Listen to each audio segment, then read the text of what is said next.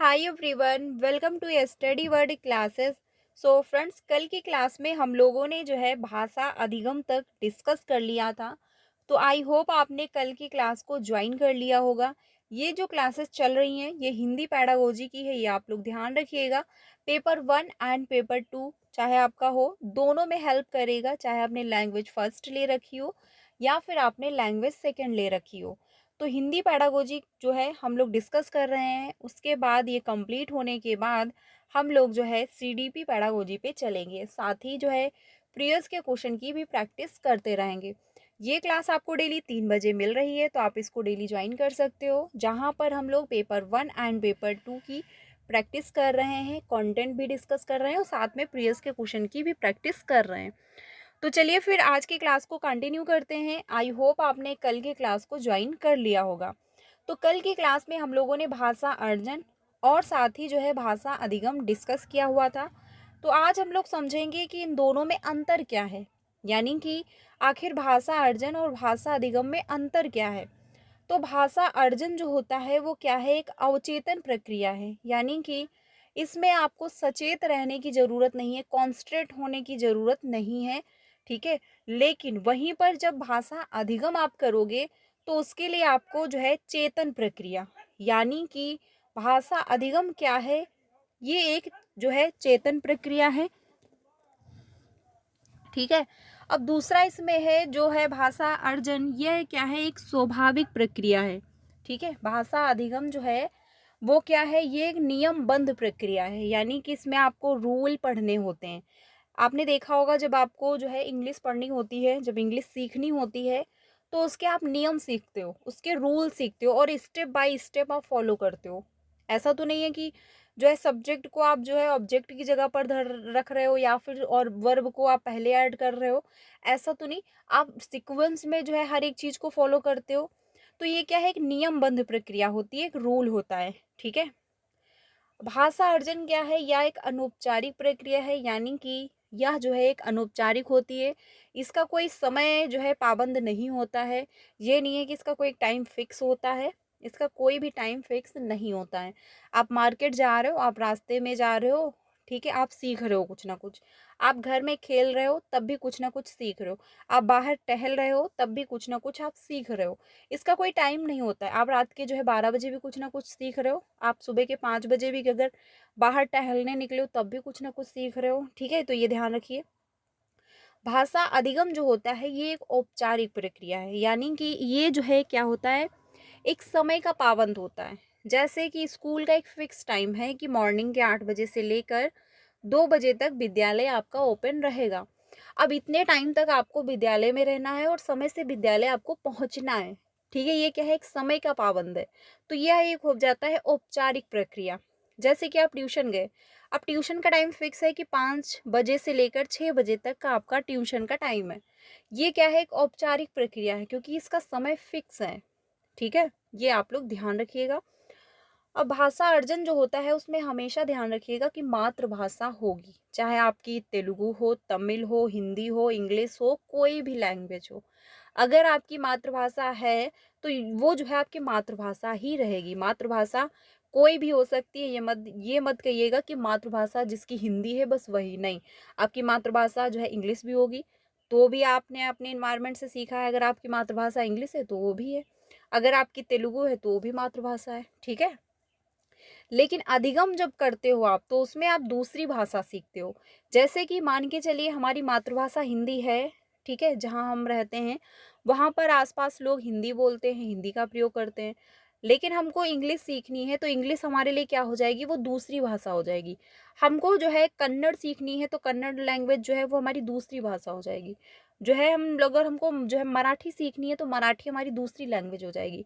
हमको संस्कृत सीखना है तो ये हमारी क्या है, दूसरी लैंग्वेज हो जाएगी। ठीक है। तो ये ध्यान रखिएगा। ये होते हैं भाषा अर्जन और भाषा अधिगम में अंतर। भाषा अर्जन जो है किसी का पाबंद नहीं होता है, ना कोई समय का पाबंद है, ना इसमें आपको कोई प्रयास करने की ज़रूरत है, ना ही इसमें आपको किसी की मदद की ज़रूरत है। आप नॉर्मल तरीके से सीख लोगे। बस चाहिएगा आपको अच्छा इन्वायरमेंट चाहिए। अगर अच्छा इन्वायरमेंट आपको मिल रहा है तो आपकी लैंग्वेज काफ़ी डेवलप होगी, काफ़ी आप अच्छे से जो है चीज़ों को सीख पाओगे। भाषा अधिगम में क्या होता है, इसमें आपको प्रयास करना होता है, आपको टाइम देना होता है, आपको नियम का जो है पालन करना होता है, साथ ही जो है समय के अनुसार आपको चलना पड़ता है, और इसमें हमेशा दूसरी लैंग्वेज आती है, ठीक है, ये ध्यान रखिएगा। तो आई होप आपको भाषा अर्जन और भाषा अधिगम में जो अंतर है वो समझ में आ गए होंगे। काफ़ी इंपॉर्टेंट है, कभी कभी मैचिंग में भी दे सकता है। देखिए सीटेड है, कैसे भी क्वेश्चन घुमाकर पूछ सकता है।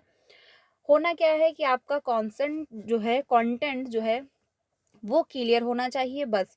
अगर आपका कॉन्सेप्ट क्लियर है तो आपको कोई समस्या नहीं होगी, क्वेश्चन कैसे भी घुमाकर पूछ ले। अब अगर बात की जाए भाषा अर्जन व भाषा अधिगम का मुख्य अंतर क्या है, यानी कि दोनों में अंतर तो है, लेकिन मेन अंतर क्या है वो इम्पोर्टेंट है। तो पहला हो जाता है वातावरण। देखिए जो अर्जन में होता है वो आपको घर का माहौल मिल रहा होता है, घर का वातावरण मिलता है, ठीक है। लेकिन अधिगम में आपको स्कूल का माहौल दिखता है, जिसमें जो है अनुशासन रहता है, हर जो है बच्चा या फिर टीचर अपनी मर्यादा में रहते हैं और जो है सीक्वेंस में काम कर रहे होते हैं, और बच्चे जो होते हैं वो टीचर की आज्ञा का पालन कर रहे होते हैं, ठीक है। तो सबसे बड़ा जो अंतर है वो यही है वातावरण का, क्योंकि इन्वायरमेंट का काफ़ी जो है एक अलग अंतर होता है। आपके घर का माहौल जो होगा वो अलग होगा, आपके विद्यालय का माहौल अलग होगा। अब ऐसा तो नहीं है कि जो विद्यालय का माहौल है वैसा ही घर का माहौल होगा, या फिर जैसा घर का माहौल है वैसा ही विद्यालय का माहौल होगा, ऐसा तो पॉसिबल नहीं है। तो सबसे बड़ा जो है एक अंतर वो है वातावरण, ठीक है। दूसरा आ जाता है मातृभाषा हमेशा अर्जित की जाती है, यानी जो हम मातृभाषा हमारी होती है उसको हम हमेशा क्या करते हैं, अर्जित ही करते हैं। किसी भी कंडीशन में मातृभाषा हमारा अधिगम के अंतर्गत नहीं जाएगा, ये ध्यान रखिएगा। मातृभाषा सभी की अलग अलग हो सकती है, ये आप लोग ध्यान रखिएगा। जैसे कोई अगर पंजाब में रहता है तो उसकी जो है मातृभाषा पंजाबी होगी। जो दिल्ली में रहता है वहाँ पर खड़ी हिंदी बोली जाती है, तो वहाँ पर खड़ी हिंदी उसकी मातृभाषा हो जाएगी, ठीक है। जो बिहार में रहता है वहाँ पर जो बिहार की लैंग्वेज है वो उसकी मातृभाषा हो जाएगी। तो मातृभाषा सबकी अलग अलग हो सकती है, लेकिन मातृभाषा जो भी आपकी है वो हमेशा क्या है, अर्जित ही की जाती है, ये भी आप लोग ध्यान रखिएगा। हमेशा जो है वो अर्जन में ही जाएगा, ना कि अधिगम में। अगला पॉइंट है कि बच्चा एक से अधिक भाषाएं भी अर्जित कर सकता है। ये भी बात सही है बिल्कुल, क्योंकि अगर ये मतलब ये नहीं है कि आपने सिर्फ मातृभाषा अपनी अर्जित कर ली है, बस ऐसा नहीं है। जैसे कि मान के चलिए आप रहते हो बिहार में, अब बिहार में जो लैंग्वेज बोली जाती है भोजपुरी वो आपको आती है, आपने अर्जित कर लिया। लेकिन उसके बाद आप क्या है, आप चले गए राजस्थान।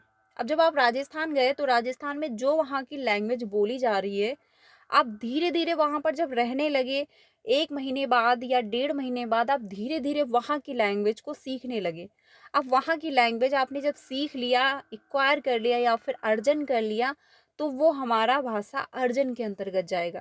यानी आपने दूसरी भी लैंग्वेज को एक्वायर कर लिया वहाँ पर रहकर, ठीक है। लेकिन अगर आप बिहार के ही हो और बिहार में ही रहते हो, उसके बाद आप सोच रहे हो हम राजस्थान में जो लैंग्वेज बोली जाती है उसको हम सीख लें, तो बिहार में रहकर अगर आप सीख रहे हो तो वो आपका चला जाएगा भाषा अधिगम के अंतर्गत, क्योंकि उसके लिए पार्टिकुलर आपको समय देना होगा, ठीक है। ट्यूशन पढ़ना होगा, यूट्यूब की हेल्प लेनी होगी, या भी किसी की भी आपको मदद लेनी पड़ेगी, तो वो आपका हो जाता है भाषा अधिगम के अंतर्गत जाएगा, ठीक है, ये आप ध्यान रखिएगा। लेकिन अगर आप वहीं पर रह कर पढ़ रहे हो, यानी वहीं पर रहकर आप अर्जित कर रहे हो वैसी इन्वायरमेंट में जाकर, तो वो आपका अधिगम के अंतर यानी अर्जन के अंतर्गत आएगा, ये आप लोग ध्यान रखिएगा। यही जो है मेन अंतर होता है।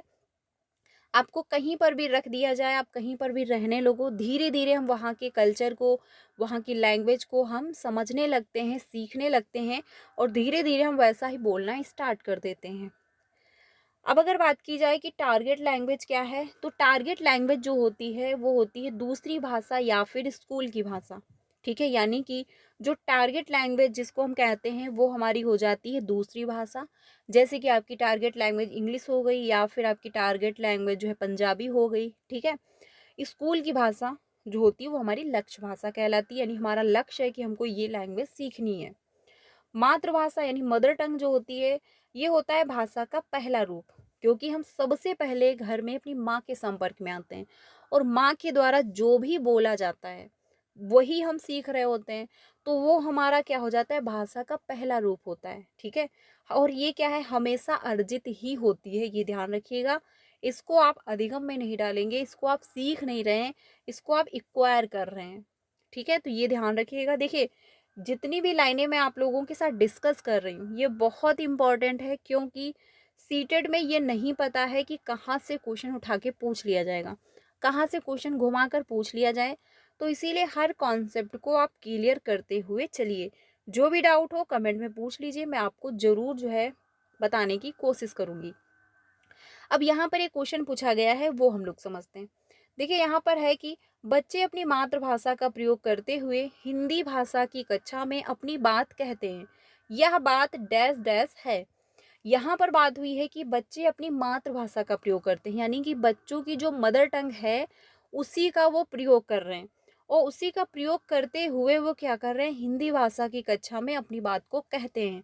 तो यह जो है बात क्या हो जाएगी, स्वाभाविक होगी, या फिर निंदनीय है, आप उसको निंदा करोगे, या विचारणीय है, यानी आप उस पर विचार करोगे कि बच्चे ने ऐसे कैसे बोल दिया, या फिर अनुचित है, यानी ये बच्चे ने जो अपनी बात को कह दिया अपनी लैंग्वेज में, तो वो अनुचित हो गया। तो ऐसा नहीं है, बच्चा कैसे भी कुछ भी अगर बोल रहा है, उसको उस टॉपिक के बारे में नॉलेज नहीं भी है, लेकिन तब भी आप उसकी बात को सुनोगे।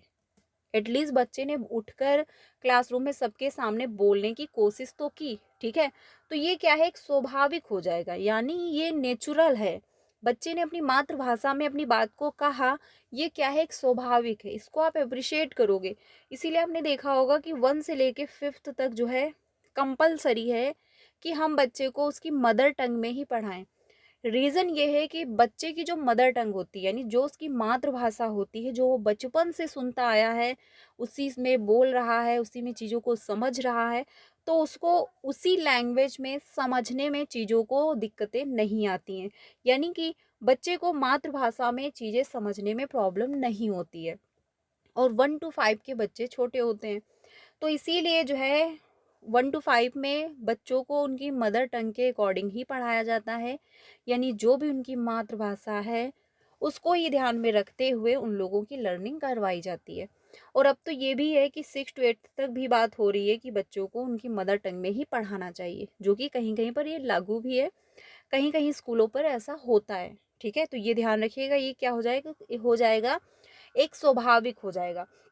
देखिए, सीटेट में ये ध्यान रखिएगा, हमेशा अगर बच्चे ने क्लासरूम में कोई भी बात कही है, तो उसको जो है निंदनीय नहीं आप मानेंगे, ना ही अनुचित मानेंगे, ना ही उस पर विचार करेंगे कि आखिर बच्चे ने कह कैसे दिया। मान के चलिए, जैसे आप क्लासरूम में कोई भी एक टॉपिक डिस्कस कर रहे हैं, अब उस टॉपिक के बारे में बच्चे को नॉलेज नहीं है, लेकिन बच्चे ने क्लासरूम में खड़े होकर उस टॉपिक के बारे में अपनी राय दी, जो कि गलत है, ठीक है। आपको पता है कि यस, ये बच्चा गलत बोल रहा है, ऐसा नहीं है, बट आप उसको रोकोगे नहीं, ना ही उसको जो है उसमें जो है ये कहोगे कि आपने गलत बोल दिया है सबके सामने, ना ही उसको प्रताड़ित करोगे, ठीक है, ना ही उसको पनिशमेंट दोगे। इनफैक्ट आप क्या करोगे, उसको अप्रिशिएट करोगे। बच्चे में इतनी हिम्मत तो आई कि वो क्लासरूम में खड़े होकर अपनी बात को कह पा रहा है, ठीक है। तो यानी कि हमको बच्चे को अप्रिशिएट करना है, बच्चे की हर एक जो है थिंकिंग को हमको महत्व देना है। यहाँ पर राइट आंसर आपका फर्स्ट ऑप्शन होगा। अब अगर बात की जाए कि जो है एनसीएफ भी कहता है कि बच्चे को प्राथमिक स्तर पर बच्चे की मातृभाषा का प्रयोग करने दो, ताकि बच्चा स्वाभाविक तथा सरल प्रक्रिया से सीखेगा। ये जो है आपका एनसीएफ भी कहता है, यानी एनसीएफ भी इसी बात पे फोकस करता है कि हमको जो है बच्चे की मातृभाषा के द्वारा ही सीखना चाहिए, मतलब सीखने दें, और उसी में उसको अभिव्यक्त करने का मौका भी दिया जाए। तो बच्चा क्या है, स्वाभाविक रूप से और आसानी से चीज़ें सीख पाएगा। जैसे कि मान के चलिए, क्लास 1 में बच्चा आया फर्स्ट टाइम स्कूल, अब आप उसकी जो मदर टंग है वो है उसकी हिंदी, आपने इंग्लिश में पूछ लिया, अब बच्चे को नहीं आता क्योंकि वो उसने हिंदी में चीज़ें समझ रखी है और हिंदी में वो बात करता है। आपने क्या किया, इंग्लिश में पूछ लिया, अब उसको आता हुआ भी वो नहीं बता पाएगा। लेकिन बच्चे की जो मदर टंग हिंदी रही है, अगर आप हिंदी में पूछ रहे हो कि आपका नाम क्या है, तो वो बता देगा कि मेरा ये नाम है।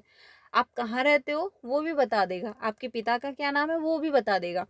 वो इसलिए बता पा रहा है, अपने आप को अभिव्यक्त कर पा रहा है, क्योंकि जिस लैंग्वेज को उसने सीखा है, जिस लैंग्वेज को उसने एक्वायर किया है, या फिर जिसको समझा है, सुना है, उसी में वो जिसमें उसने बात की हुई है अपने घर में आस-पड़ोस लोगों से, उसी में अगर आप पूछ रहे हो तो अच्छे से वो बता पाएगा, ठीक है? तो इसीलिए क्या होता है कि बच्चे की जो मातृभाषा है, उसको हम ज़्यादा एप्रिशिएट करते हैं क्लास 8 तक। उसके बाद जो है बच्चा दूसरी लैंग्वेज सीखना स्टार्ट कर देता है और बच्चा बड़ा भी हो चुका होता है तो उसका एक अलग पॉइंट हो जाता है, ठीक है? लेकिन स्टार्टिंग के दौरान जो है बच्चे की मातृभाषा को ही हमको एप्रिशिएट करना है, ठीक है? ये ध्यान रखिएगा। अब अगर बात की जाए इसमें पहला पॉइंट जो है कि बच्चे को स्वयं को अभिव्यक्त करने देंगे अपनी मातृभाषा में। यानी कि बच्चा जो है अपनी मातृभाषा में अगर खुद को अभिव्यक्त कर रहा है तो उसको आप अभिव्यक्त करने का मौका देंगे। ये नहीं है कि तुमको अपनी मातृभाषा में अभिव्यक्त नहीं करना है, और ये भी नहीं है कि मान के चलिए कभी-कभी ऐसा होता है कुछ बच्चे क्लासरूम में ऐसे वर्ड का प्रयोग करते हैं जो कि देखा जाए थोड़ा जो है अनकंफर्टेबल लगता है, लेकिन वो वर्ड उसके इन्वायरमेंट में बोले जाते हैं तो आप उसको नकारोगे नहीं, ठीक है? यानी कि बच्चे की जैसी भी मातृभाषा है टूटी फूटी जैसा भी वो बोल पा रहा है उसको आप बोलने दोगे, आप उसको रोकोगे नहीं, ये भी ध्यान रखिएगा। अगला पॉइंट है कि मातृभाषा प्रयोग करने की वजह से बच्चे की भाषा में क्षेत्रीय भाषा का प्रभाव हो सकता है, जैसे सड़क को सरक बोलना। अब ये क्या है, एक क्षेत्रीय भाषा का प्रभाव होता है। ये आपने देखा होगा अगर आप रहते हो कहीं पर भी, फिर आपने देखा होगा थोड़ा आगे चलने के बाद, यानी थोड़ी दूर चलने के बाद, थोड़ा सा जब क्षेत्र चेंज होता है, ठीक है, जहाँ पर आप रह रहे हो, तो वहाँ पर आपने देखा होगा जो वर्ड आपके यहाँ बोला जाता है उसी वर्ड को वहाँ पर कुछ और बोला जाता होगा, यानी थोड़ा सा डिफरेंस होगा। अब ये डिफरेंस क्या है कि क्षेत्रीय प्रभाव है इस पर, यानी वर्ड वही है, ठीक है, और उसका मतलब भी वही होगा। जैसे कि यहाँ पर सड़क को क्या बोला जा रहा है, सड़क बोला जा रहा है। अब सड़क का मतलब भी सड़क है जो रोड है, और सड़क का भी मतलब जो है रोड ही है, लेकिन क्या है शब्द चेंज हो गए, यानी कि वर्ड चेंज है यहाँ पर, यानी क्षेत्रीय प्रभाव है। तो कभी कभी क्या होता है हमारी भाषा में हमको क्षेत्रीय प्रभाव भी देखने को मिलता है। और कभी कभी आपने देखा होगा जो बूढ़े लोग होते हैं, जो काफ़ी है जिनकी हो चुकी है, अगर हम उनसे बात करते हैं तो जो शब्द हम बोल रहे हैं वही उसका मीनिंग है और उसका अर्थ जो है वही है, लेकिन उसी को वो कुछ और बोल रहे होंगे जिसका मतलब एक ही है, बट जो है शब्द का प्रयोग वो दूसरा कर रहे होंगे। तो ये क्या होता है, भाषा जो होती है वो परिवर्तनशील है, समय के साथ बदलती है, ये नहीं है कि भाषा फिक्स है। ये एक एक्स्ट्रा क्वेश्चन है, कभी कभी डायरेक्ट पूछता है कि भाषा जो है समय के साथ परिवर्तित होती है या फिर भाषा फिक्स है। तो भाषा स्थायी नहीं है, भाषा जो है डायनेमिक है, परिवर्तनशील है, समय के साथ परिवर्तन होता है। जो आज की डेट में लैंग्वेज बोली जा रही है आपके कल्चर में, आने वाले जो है 50 साल में इसी लैंग्वेज में थोड़ा सा डिफरेंस आपको देखने को मिलेगा। और जिस अभी जो 2025 में जो लैंग्वेज बोली जा रही है, इसके पहले अगर आप देखें तो इसी लैंग्वेज में थोड़ा सा चेंजमेंट था। तो यानी कि भाषा क्या है, परिवर्तनशील है, समय के साथ परिवर्तित होती रहती है, यानी तुरंत परिवर्तन नहीं देखने को मिलता है, लेकिन हाँ कुछ टाइम बाद इसमें परिवर्तन देखने को भी मिलता है, यानी कि ये परिवर्तनशील भी है। तो ये एक्स्ट्रा एक क्वेश्चन है, ध्यान रखिएगा, पूछ लेता है। ये जो है पूछा हुआ है, ये मैंने जब प्रीवियस के क्वेश्चन में डिस्कस करती हूँ तो उसमें मैंने एक बार देखा था ऐसा क्वेश्चन, तो इसलिए ध्यान रखिएगा। यह जो है एक स्वाभाविक बात है, यानी कि सड़क और सड़क बोलना ये क्या है, एक स्वाभाविक बात है, क्योंकि इसमें क्षेत्रीय भाषा का हमको प्रभाव देखने को मिल रहा होता है। अब ये नहीं कहोगे क्लासरूम में बच्चे ने सड़क को सड़क बोल दिया है तो आप उसके सर पे चढ़ के बैठे हो कि ऐसा तुमने कैसे बोल दिया, ऐसा आपको नहीं करना है। कभी कभी क्षेत्रीय प्रभाव भी होता है, आप उसको बोलने का मौका दें, धीरे धीरे बच्चा चीज़ों को समझना स्टार्ट कर देगा। हम मातृभाषा और बहुभाषिकता को स्वीकार करते हैं कक्षा में, यानी कि हम जो बच्चे की मदर टंग है उसको हम अप्रिशिएट करते हैं, सम्मान देते हैं और उसको स्वीकार करते हैं। साथ ही जो बहुभाषिकता होती है यानी कि मल्टीपल लैंग्वेज जो होती है उसको भी हम एक्सेप्ट करते हैं, जो भी बच्चे की मदर टंग हो। अब ये तो नहीं कि आपकी मातृभाषा तो हिंदी है लेकिन क्लासरूम में तो 30 बच्चे हैं, अब स्कूल में तो बहुत सारे बच्चे हैं और सभी अपने अपने अलग अलग कल्चर से आते हैं। ये तो नहीं है कि सभी का बैकग्राउंड एक ही जैसा हो, ठीक है। तो बहुत सारे जब बच्चे एक साथ हैं तो सभी की लैंग्वेज अलग अलग होगी। तो बहुभाषिकता को भी हम सम्मान देते हैं, उसको भी हम स्वीकार करते हैं। ये नहीं है कि क्लासरूम में 30 बच्चे हैं, अब सभी से आप कह रहे हो कि सभी को जो है हिंदी में ही बात करनी है या फिर सभी को इंग्लिश में ही बात करनी है, नहीं। जो बच्चा जैसा है, जो भी उसकी मदर टंग है, जैसा भी इन्वायरमेंट से वो आया हुआ है, जो भी उसकी लैंग्वेज है, जैसा भी उसके आसपास बोला जाता है, उसको आप एक्सेप्ट करोगे, ठीक है। तो ये ध्यान रखिएगा, ये सारे पॉइंट जो हैं वो बहुत इंपॉर्टेंट हैं, तो इनको अच्छे से समझ लीजिएगा, क्योंकि सीटेड में नहीं पता है कि कैसे क्वेश्चन पूछे जा रहे हैं, और यही रीज़न है फेल होने का। और आप जानते ही होंगे कि इस टाइम जो है, जो 2024 में एग्ज़ाम हुआ था सीटेड का, जो कि दिसंबर में, उसका रिजल्ट बहुत डाउन गया। पेपर 2 की अगर बात की जाए तो सबसे ज़्यादा डाउन गया हुआ है, और उसका मेन रीज़न है थ्योरी। क्लास 6, 7, 8 की जो एनसीईआरटी पढ़नी है एसएसटी पेपर 2 के लिए, वो कोई भी नहीं पढ़ना चाहता, ये कड़वा सच है, ठीक है। सभी चाहते हैं हम मॉक टेस्ट खरीद लें, हम मॉक टेस्ट कर लें, हम प्रीवियस के क्वेश्चन से प्रैक्टिस कर लें और हमारा क्लियर हो जाए। तो ऐसा पॉसिबल नहीं है आज की डेट में, क्योंकि सीटेट बहुत एडवांस है, कहीं से भी क्वेश्चन कैसे भी घुमा कर पूछ रहा है, सिलेबस चेंज नहीं कर रहा है, बट क्वेश्चन ऐसे घुमा रहा है जिसमें हर एक व्यक्ति उसी में घूमता जा रहा है। तो मेन जो है इसका यही है कि आपको करना क्या है, कॉन्सेप्ट अपना क्लियर करें, साथ ही कंटेंट जो है मजबूत करें।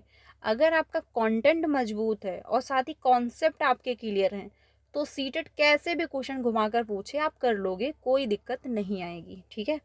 तो जो भी पॉइंट मैं डिस्कस कर रही हूँ प्लीज़ अच्छे से समझिए, कहीं पर डाउट है तो आप कमेंट में ज़रूर पूछिए।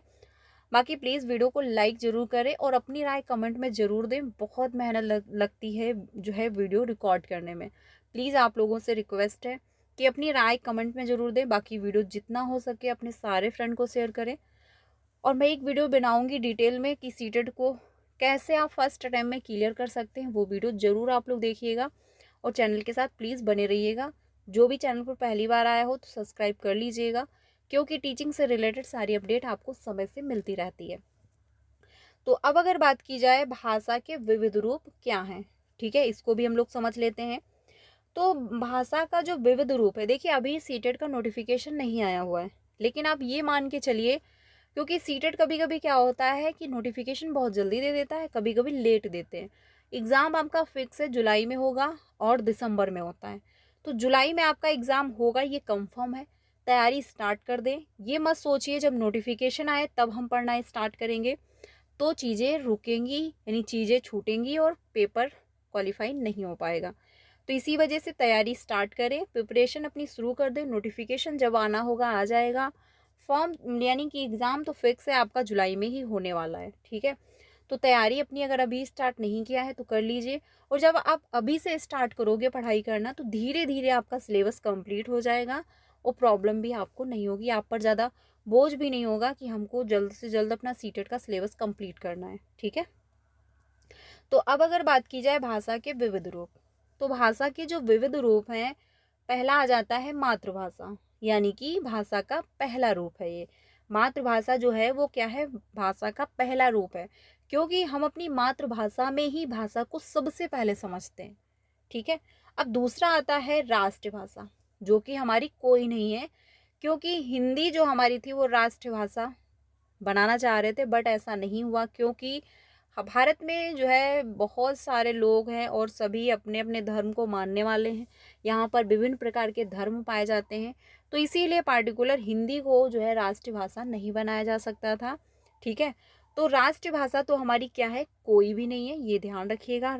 जो हमारी राज्य भाषा है वो हमारी हिंदी है, ठीक है, ये भी ध्यान रखना है। भारत जो है 1963 के ओला एक्ट के तहत आर्टिकल 343(1) हिंदी भारत की राजभाषा बनी थी, ठीक है, ये भी ध्यान रखिएगा, ये एक बार पूछा हुआ है।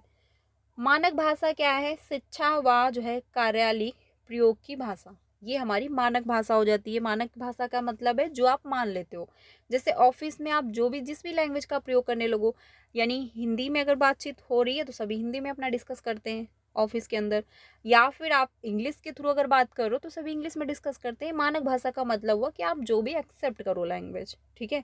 ये फिक्स नहीं, ये मतलब ये फिक्स नहीं है कि बस हिंदी में ही बात होनी है, ऐसा नहीं।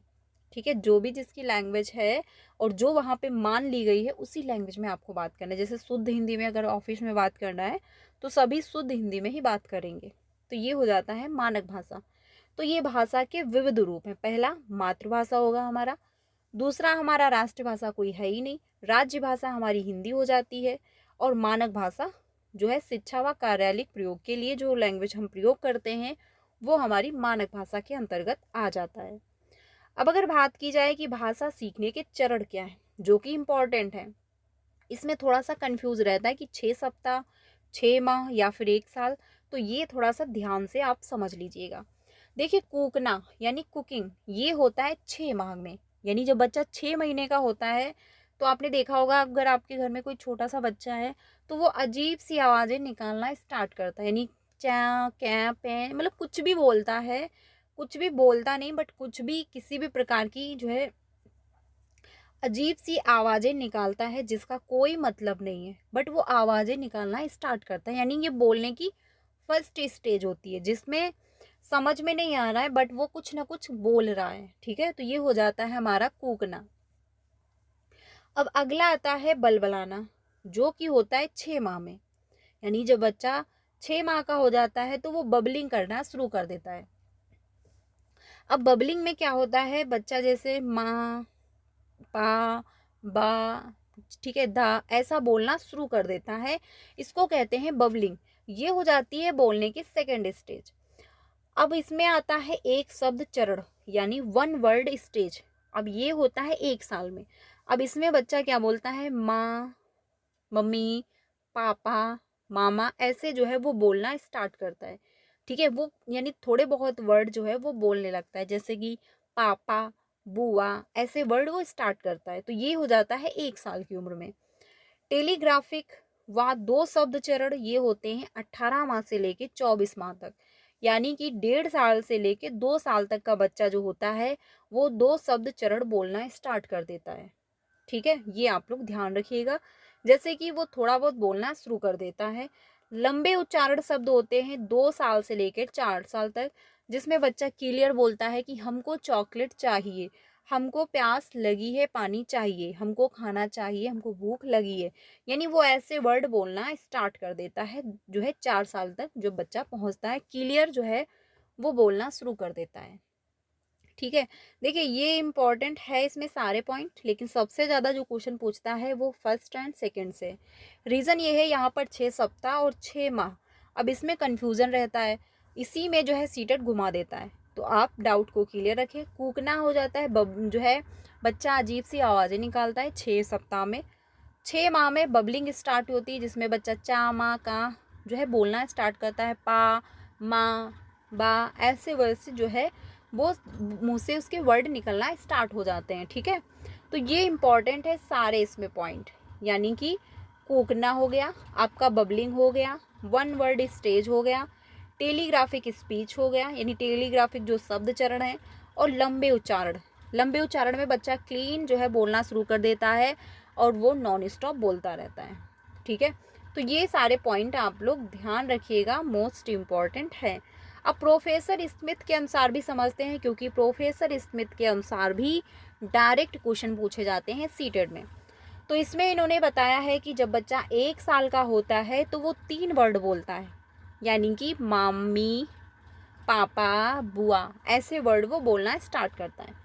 लेकिन वही बच्चा जब 2 साल का होता है तो 272 शब्द बोलना शुरू कर देता है, यानी कि वो क्लीन शब्द बोलना शुरू करता है। यानी इन्होंने बताया है कि बच्चे का शब्द भंडार, जब वो 1 साल का है तो वो सिर्फ 3 वर्ड बोलता है, लेकिन वही बच्चा जब 2 साल का होता है तो 272 शब्द उसमें आ जाते हैं, और वही बच्चा जब 5 साल का होता है तो 2072 शब्द होते हैं। इंपॉर्टेंट है, ये कभी कभी पूछता है, कभी कभी पूछ लेता है कि जब बच्चा 2 साल का होता है तो प्रोफेसर स्मिथ के अनुसार सब बच्चा कितने शब्द बोलना स्टार्ट करता है, तो 272।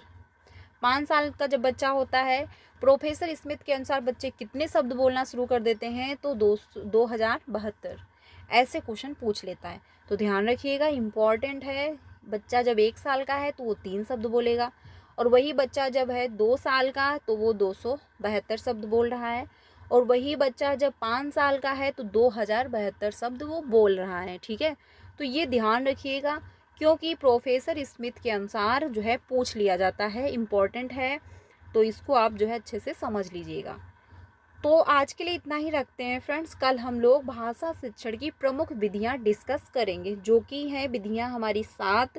ये सातों विधियां कल की क्लास में हम लोग कंप्लीट करेंगे। देखिए, हर एक चीज़ को हम लोग जो है सीक्वेंस वाइज जब सीखेंगे तभी जाके चीज़ें अच्छे से समझ में आएंगी। जो कंटेंट जिससे रिलेट करता होगा उसी के साथ जब हम लोग सीखेंगे तो वो ज़्यादा बेहतर समझ में आएगा। और सीटेड में हर एक सिलेबस एक दूसरे से कनेक्ट होता है और हर एक थ्योरी भी एक दूसरे से कनेक्ट होती है। तो इसीलिए जो है जब हम चीज़ें कनेक्ट करके पढ़ेंगे तो हमारे दिमाग में भी फीड होंगी, साथ ही हमको चीज़ें समझ में भी आएंगी और चीज़ें छूटेंगी भी नहीं। तो इसीलिए आज के लिए इतना ही रखते हैं। कल हम लोग भाषा शिक्षण की प्रमुख विधियाँ डिस्कस करेंगे और इनको अच्छे से समझेंगे कि व्याकरण विधि किसको कहते हैं, व्याकरण अनुवाद विधि क्या होता है, प्रत्यक्ष विधि किसको कहा जाता है, साथ ही सम्मिश्रण विधि किसको कहते हैं, और संप्रेषण परख जो विधि है ये क्या है, और साथ ही जो है सम्मिश्रण विधि हो गया आपका, निगमन विधि हो गया, आगमन विधि हो गया, इसको क्या कहा जाता है, इसके अंतर्गत एग्जाम्पल क्या आएगा। तो ये सभी हम लोग कल की क्लास में समझेंगे, जो कि इम्पॉर्टेंट होगा। तो कल की क्लास को मिस मत करिएगा। और डेली रेगुलर आपको क्लासेस मिल रही हैं 3 बजे, इसको डेली ज्वाइन करें और डेली ज्वाइन करते हुए अच्छे से समझे चीज़ों को और एक बेहतर स्कोर करें। डेली आपको हिंदी पैडागोजी की क्लासेस मिल रही हैं। हिंदी पैडागोजी कंप्लीट होने के बाद हम लोग सीडीपी पैडागोजी का कंटेंट डिस्कस करेंगे। प्रीवियस के क्वेश्चन की प्रैक्टिस मैंने जो है कराई हुई है। 8 से जो है 10 क्लासेस आपको मिल जाएंगी, जिसमें हिंदी पैडागोजी है और साथ ही सीडीपी है। तो अगर आप प्रैक्टिस करना चाहते हो तो वो भी क्लासेस ज्वाइन कर सकते हो। बाकी कंटेंट आपको डेली मिल ही रहा है। शाम को 5 बजे भी क्लास होती है, तो उसको भी आप लोग ज्वाइन कर सकते हैं। तो आज के लिए इतना ही रखते हैं फ्रेंड्स। वीडियो अच्छी लगी हो तो प्लीज़ लाइक करिएगा और अपने सारे फ्रेंड को शेयर कर दीजिएगा। अपनी राय कमेंट में ज़रूर दीजिएगा। मिलते हैं नेक्स्ट वीडियो में। Thank you.